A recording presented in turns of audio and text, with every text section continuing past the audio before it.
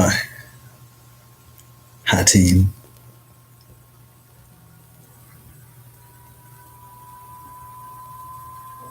We're live. We're live together.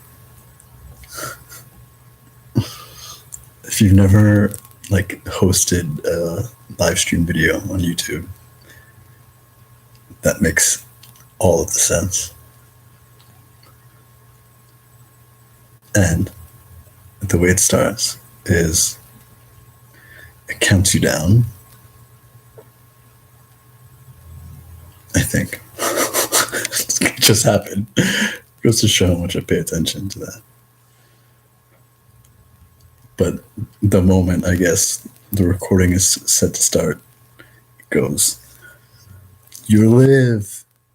Exclamation mark, exclamation mark, exclamation mark. It might just be one, but I don't know. It goes to show just how I see what I see. Hi, my name is Elliot, and that's all I can do is tell it how I see it and do my best to see something that we can all share, because otherwise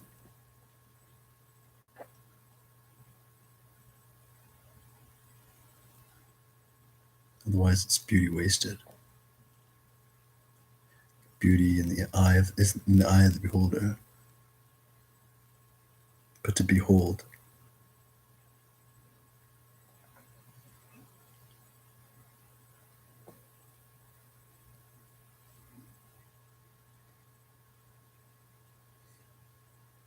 there's something there.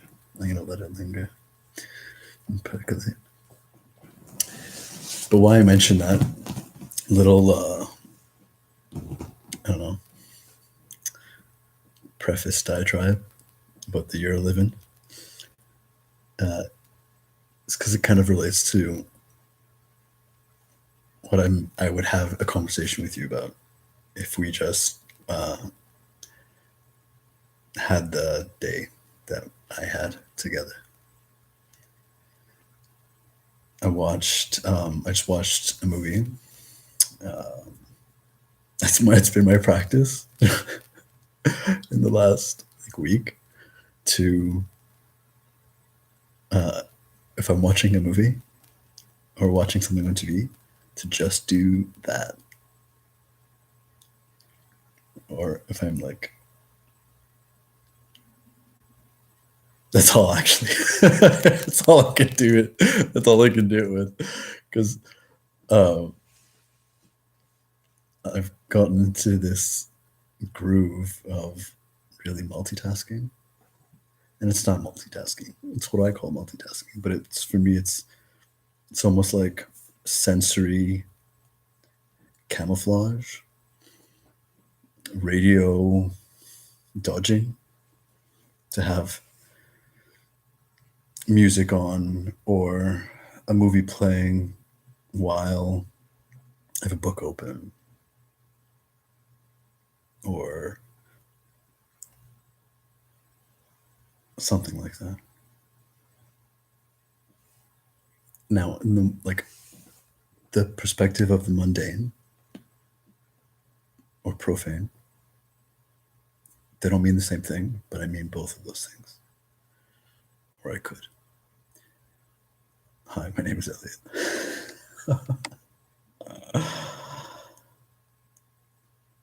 That might seem like multitasking or distraction, or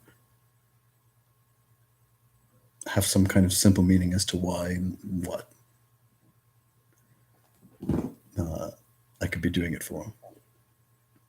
But reality is trippy, and we exist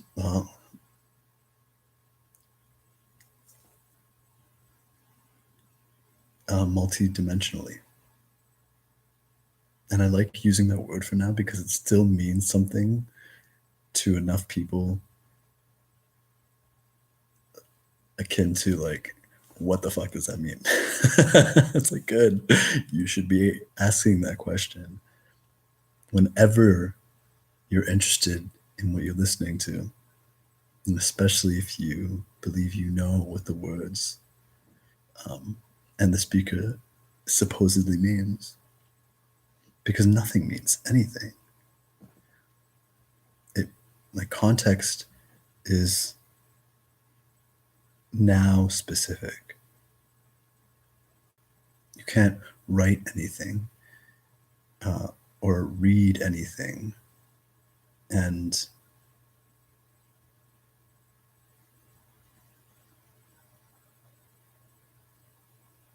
have it mean the same thing in any other moment.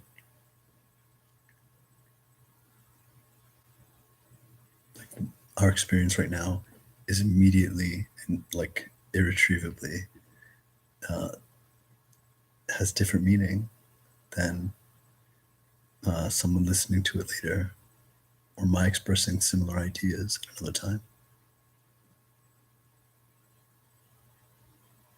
I don't want to digress too much, but the words aren't as important as you're like, yeah, no, I kind of get what you mean. What were you talking about? Like, I get it. Just keep going. It's like, yeah, thanks.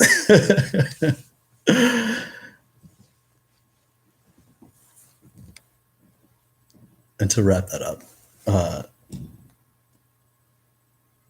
I like deplore. I don't know if that's quite the right word, but it just sounds like it would. It just sounds like it just sounds nice. Um, like all of this disorder. I live in so much fucking physical chaos. I don't know how I manage it, except that I know that I'm working um, in like multidimensional facets of my existing in reality. In part, I'm weaving and creating, like having like chaos in a, one sphere of experience to then take said chaos and weave um, patterns of knowing in higher or lower, doesn't matter, uh, dimensions of reality while like practicing experiencing it for and with myself. It's fucking trippy. It's super trippy and real.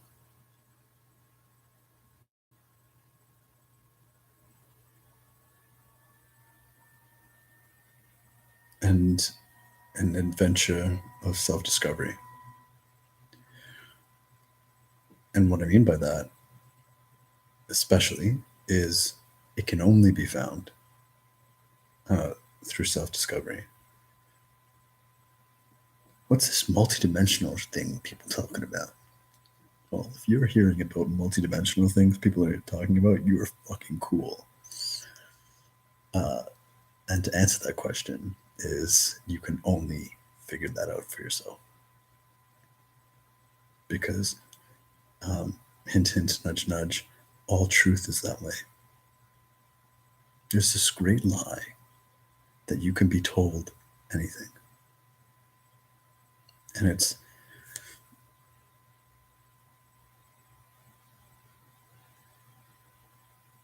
stilted upon the great lie of industry, commercialization, commodification of the commons. You can't sell education unless it's a set thing. And it's not a set thing. It's not about what you know, it's about how and why, for what reason. Because facts, all knowledge is mutable in regard and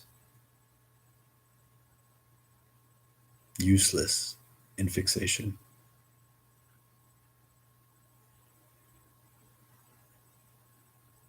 I know a fuck ton, but I only know as much as I know until I know something more or less about it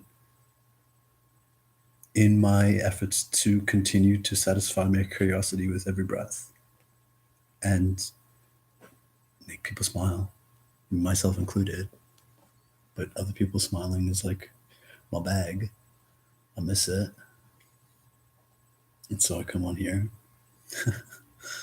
to try and receive it. Thank you.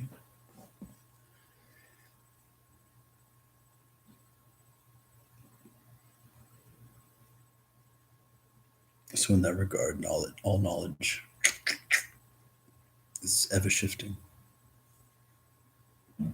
It's as alive as you can. It's as alive as you are if you are going to use it. When we hold knowledge to be this absolute thing, it's dead. And that's what I mean by like fixed. And all our textbooks, all of academia, all doesn't have to be that way, but I am speaking specifically of like our world governance, uh, social, even social norms, which are like emergently, evidently temporary. They're like it's forever. It's forever right now, though. Uh, I don't know. We obsess about the way things are when things are never the way they are. They're always the way they're gonna be. Things are gonna be the way they're gonna be. So I um, I watched this movie called Elizabeth Harvest, and in my research today, I happened upon researching witches. I don't know. I've been researching witches and witchcraft a little bit recently. Not for the first time, obviously, but is that obvious? If it's not obvious, it's obvious to me, and probably you, obviously. um, and specifically today, I was learning about history a little bit, and um, what is it called? It the Malleus Maleficorum, which is essentially the book written condemning witchcraft, which was endorsed for like all of 5 minutes by the Catholic Church, like officially, and then but used for centuries to um, essentially run a campaign of death and division on our health, on our knowledge, on our connection with nature vis-a-vis magic, and uh, on our identity by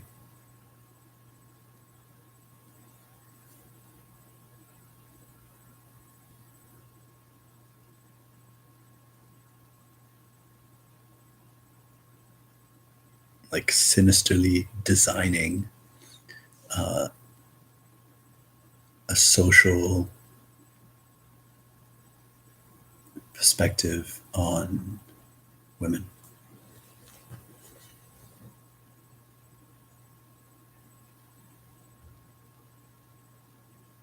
Because the gender divide is quite,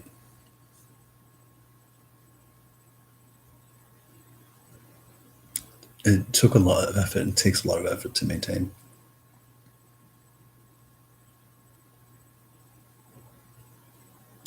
In the years between, especially,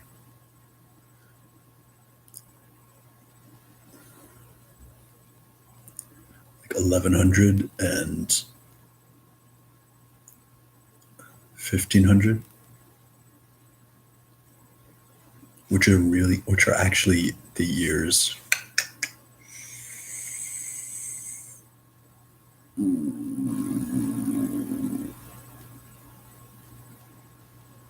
I want to say 300 to 700, but don't like technically quote me on that. What you can technically look into on your own is when the year went from like 500 to 1200 in 1 year. In like one of the phases of the implementation of the Gregorian calendar, it went from 700 to 1200 or something like that, to mess with time and manipulate history and perspectives. And I guess that's kind of what I want to talk about. It's what I always want to talk about. Okay, not always. So I talk a lot about. But what lit a fire under my ass a little bit, which is why I would turn to someone and be like, and have this conversation, as opposed to being like, let's go on YouTube and talk about things. Fuck that, I don't want to talk about things. But I definitely, I guess, want to vent about this one point. And it's because it fucking annoys me, and it breaks people, and it's so simple.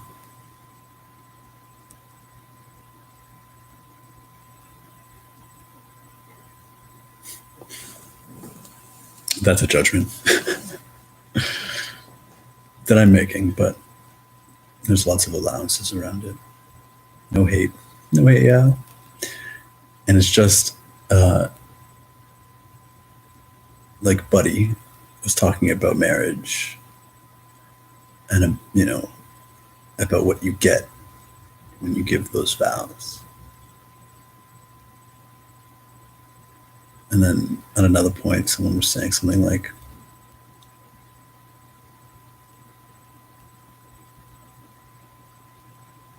what you're signing up for.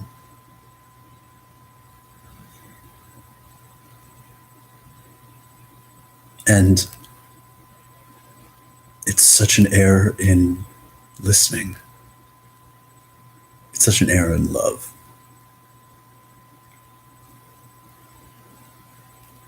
It's an error in marriage. Which is why I'm really psychically confident that almost nobody's gotten really married in a really long time.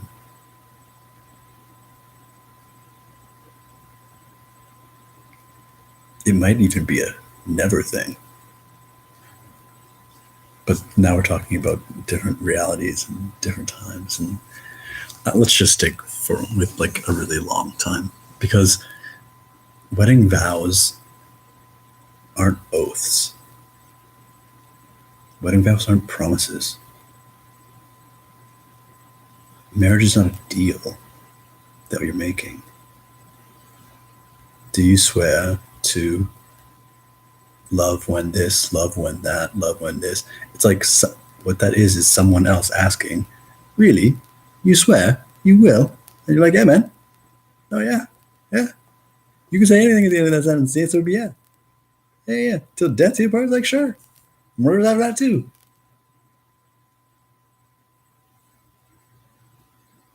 It's in community a profession of a union that is already.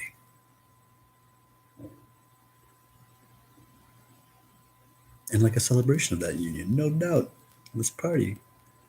Because it matters what happens in your memory.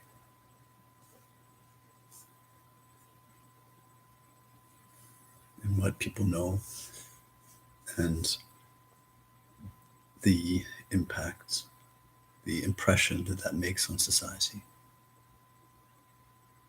Which is why it's such a crime.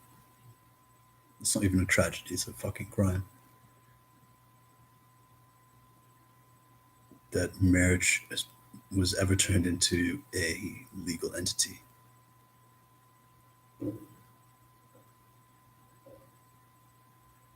In sickness and in health. Those aren't, it's not like, well, you signed up for this. It's like, no, no, no, no. I'm whatever is before you sign up for this. I'm marriage and love, that like, that predates, pre-thinks, pre-says any kind of supposition that there would be anything to the contrary of not on the same side. There's no ifs. There's really no choice about it. Marriage isn't, which is another like social contract. It's not like, oh, who are you gonna get married? It's like, oh, I'm thinking of marrying this person. It's like, oh, I don't know, man. I'm gonna get asked. It's like, no, marriage is like self-evident. You're like, damn, we're like, yeah, yeah. I guess so. Yep. Marriage is what you call, is what other people call uh, two people that have fallen in love. But like, really. And to be fair, why that's also been so impossible is that there's been like a war. Who's like the sole like object of the side that's been winning has been to corrupt and disrupt the truth of people falling in love. And the easiest thing to do, to lie, the easiest way to lie disrupts any true meaning, is to take the sounds and make them mean something else.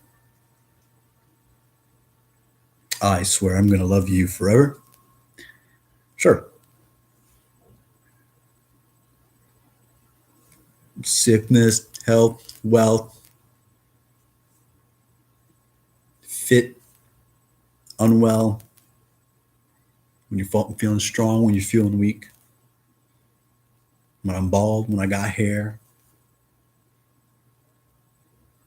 when I'm strong, when I'm weak. I'm still talking about when I'm still going to love you. Because you know what? I got nothing to say about when you're going to love me.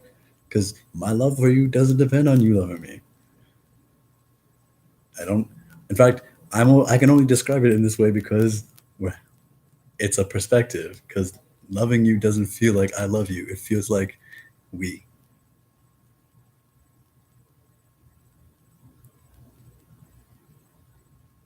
And that if there wasn't a we, then there wouldn't be a love.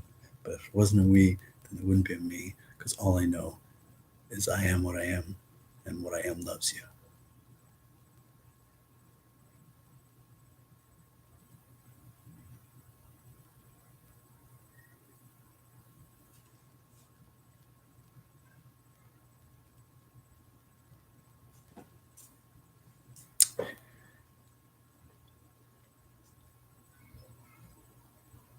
I think.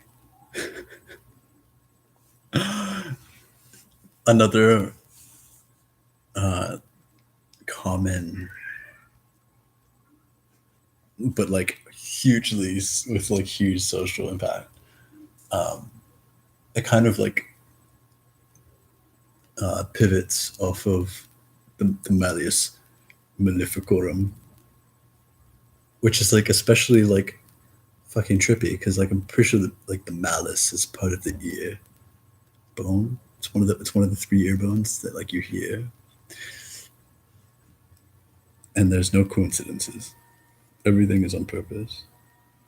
Symbols and meaning can be used to fuck with your thinking and objectify the meaning of you, but the truth in all the realities says is that when you decide that you decide meaning, then everything that you say is true. Which is why love kicks so much ass. because everybody's right.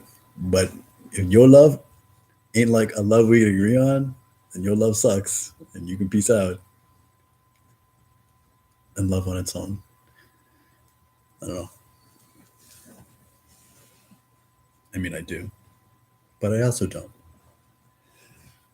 because we can be in quarantine, and love doesn't rely on one reality.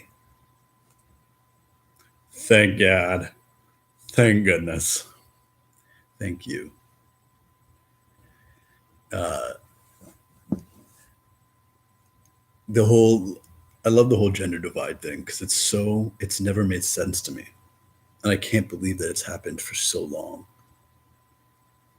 There's times where I'm like, I maybe like the world just started when I opened my eyes, and all of this is the Matrix, because there's a whole whack of history that I wouldn't believe if I lived there. How the fuck did you believe that? Somebody needs to get fired for writing a really boring backstory. You know what I mean? Do you ever think that about like your life? It's like, how do people think that? That's dumb. It turns out that most people didn't think the dumb ways that we think people thought, but people wrote about them that they were stupid for us to believe that they were stupid, which is really assuming actually our stupidity, which is all kinds of ironic or topsy-turvy, manipulative, deceptive, fun. Games of eternity. I don't know. But then, like, where to eat, like you're born in paradise, and then you can do anything there. Just don't eat. Just don't eat from this one tree. You can do anything, but don't eat this one tree. Why not? Because I said so. Yep. Anything. Anything. But this one tree. But this one tree. Called knowledge of good and evil. Yep. What's good and evil? Nope. We mean no. It's like, you gotta eat the treat. But you said I couldn't. Exactly. But nope. What? Yep. Have fun. It's like, what the fuck? You just turned paradise into fucking.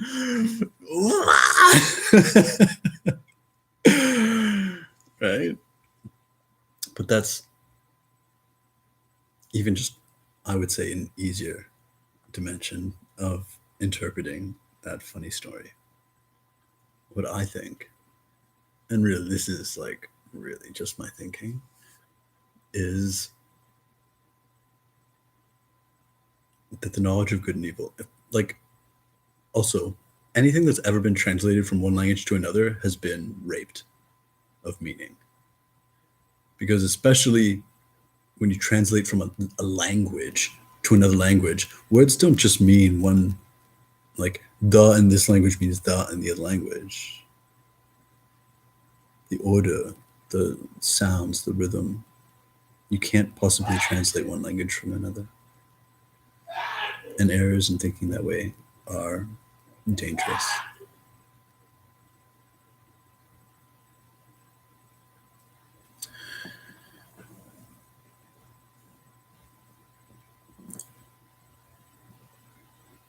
But there's two trees in the Garden of Eden. There's the tree of life and death, and the tree of good and evil. Or it's like the tree of life and then the tree of good and evil, and then the tree of good and evil is really the tree of death. Again, that actually just might be my interpretation, but here we go. I think that it was a test, and the test wasn't to see if we were not going to, if we could not eat, if you could do what you were told and not eat from the tree. It was to eat from the tree.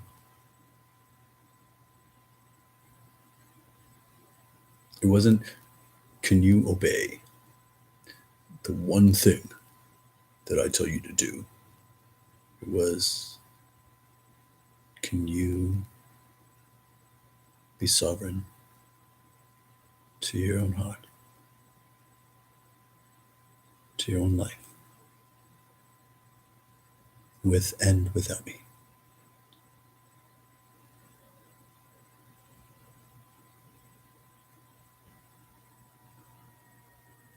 And then can you learn to love yourself even when you believe I don't? Because I do. But anybody can love anybody.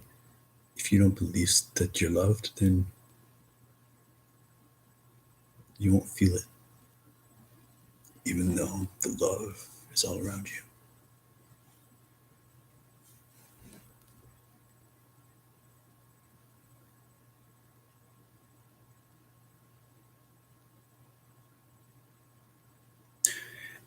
And I guess like the last little point, sort of last, I don't know, that I want to make is if you now like read whatever the standard vows are, and or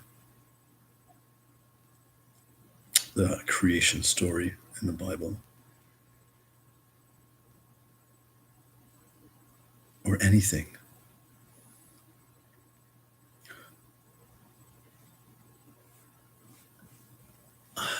it doesn't require a critical analysis.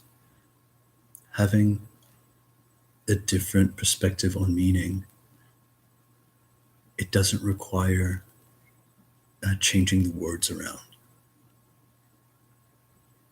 It doesn't require changing the words at all.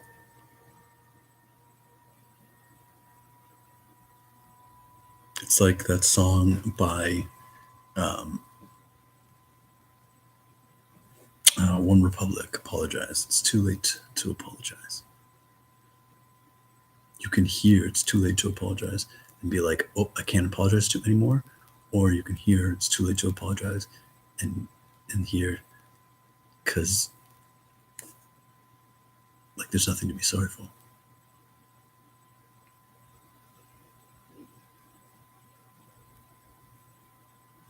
I was wrong in needing your apology, and it's too late for that. So I don't need your apology. So it's not even a matter of being forgiven. Same words, but how do you hear it? And this is self-love. This is all love, because there's no such thing as self-love and other love. It's just love.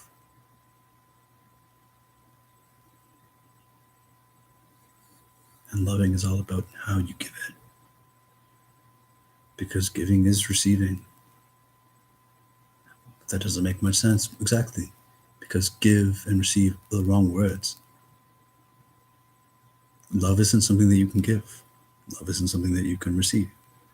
Love is more like a stream you participate in. It's like stream, participate. Don't you mean swim? No, because stream and participate aren't the right words either. Love is poetry. Love is the sunset and the sunrise and twilight and all the pretty things.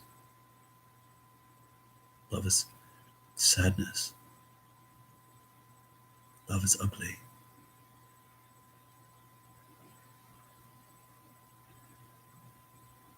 And everything ugly is really beautiful.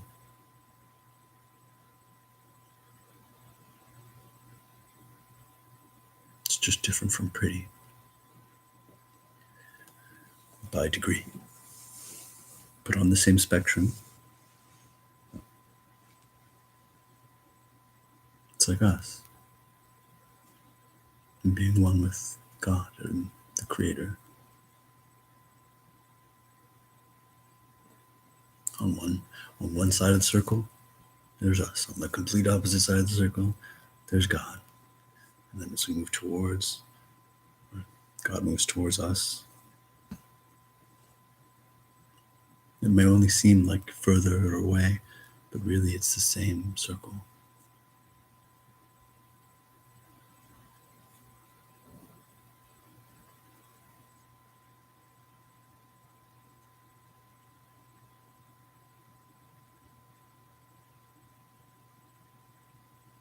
So I think that's it.